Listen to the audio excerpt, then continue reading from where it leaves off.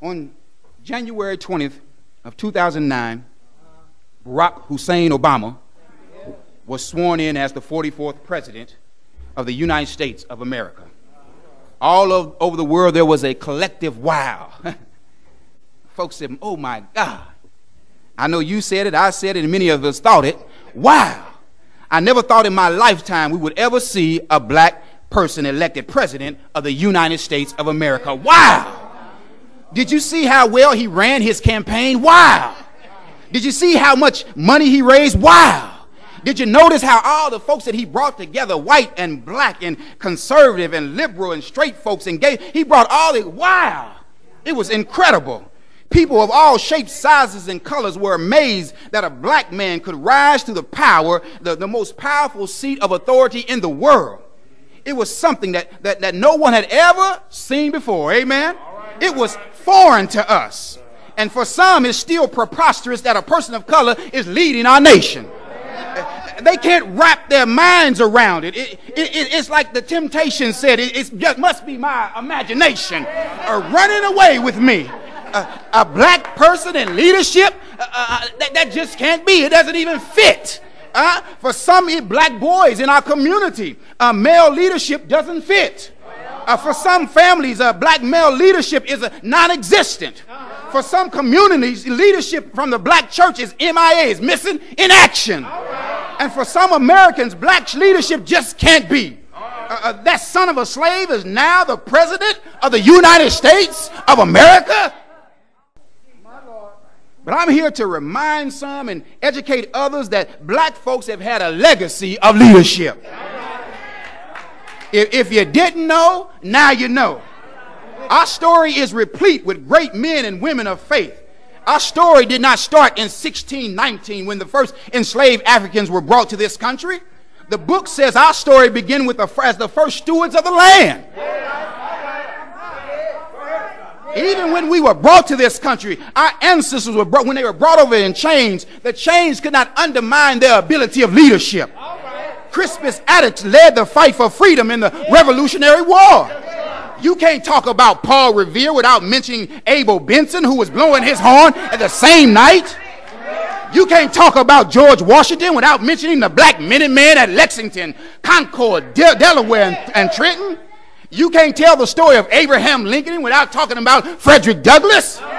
And you can't talk about America. You can't talk about America. You can't talk about America without mentioning the AME Church and Richard Allen.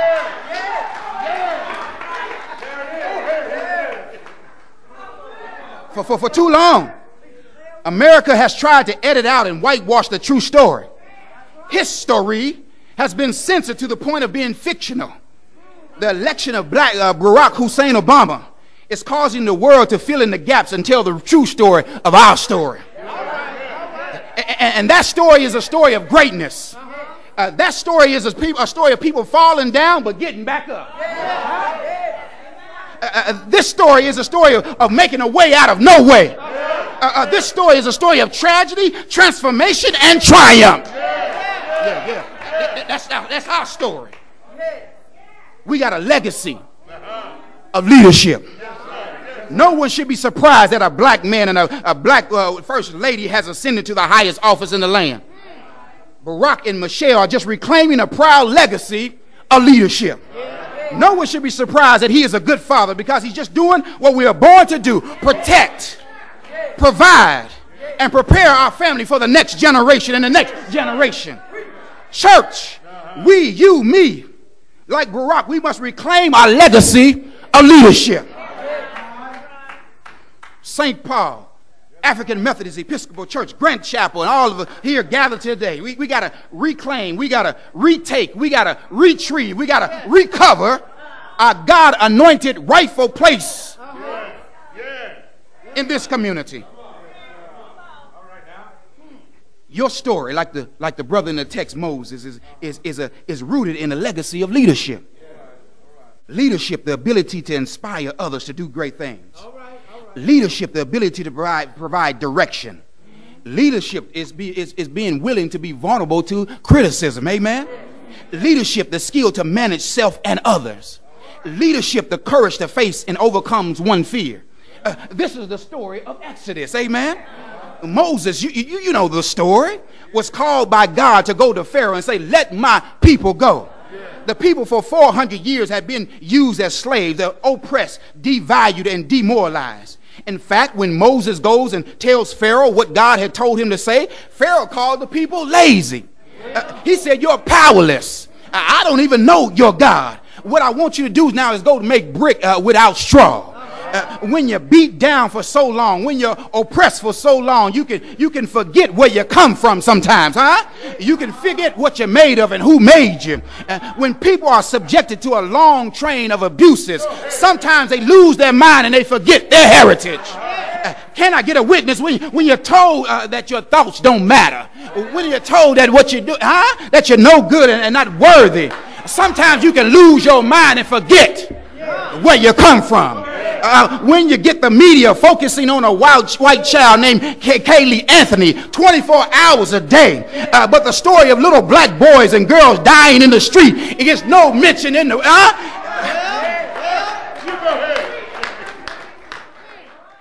but we can say, but God. When others may forget, even when sometimes we forget, God never forgets his children. The Lord heard the collective voices of his people. And so God called a man named Moses. And he tells him, you're going to lead my children out. You're going to Exodus. You're going to exit out. You're going to depart from. You're going to leave. You're going to abscond. You're going to steal away. Y'all with me now? Huh? When you get out of Egypt, I'm going to lead you to a land flowing with milk and honey. I'm going to lead you to a better place. Anybody ready to go to a better place? To get to a better place, you got to exit out of some stuff. You got to exit out of that victim mentality. You got to exit out of, that self-hatred. And so he had to train up Moses right in those first words. God told Moses, if you're going to lead the people, first you have to remember, I am God, your Father. In other words, you need to understand, I am your creator. What you need to understand, I'm the author of your story. I am the author and finisher of your faith. I birthed you, your father, and I gave you birth. In me is your foundation. In me is where you find your strength. Do not fear, for I am with you, and I never depart. Moses is like so many of us. We begin to rely on the government. We begin to rely on our jobs. We get to rely on our intellect. We start relying on our connections. And we thought for too long that those in high places had all the answers to our problems. And that's why we don't believe in ourselves. And we sure don't believe in other folks that look like us.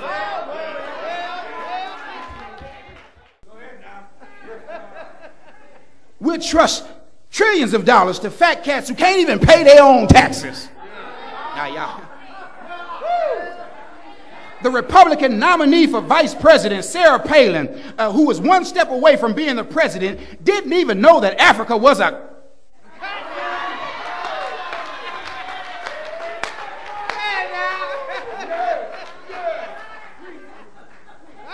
I ain't picking on the Republicans, but as many Democrats ain't no better. These are the people that we put our trust in.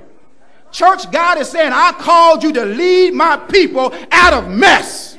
You've been called for such a time as this. Richard Allen answered the call when those people at St. George Methodist Church in Philadelphia pulled him and Absalom Jones and other black men up from the altar from praying. Richard, like the Israelites, just said, let me pray, then I'll leave you alone. I'll exit out of your presence. And I'm going to establish a place for African people to worship freely. Bishop Allen could have written the lyrics to... he could have written the lyrics and just took them right from James Brown, y'all. Y'all remember what James Brown said? He says, look at here, some people say we got a lot of malice. Some say we got a lot of nerve.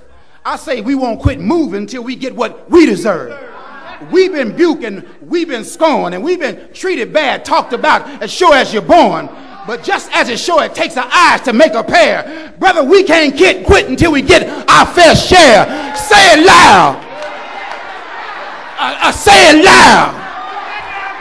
Say it loud.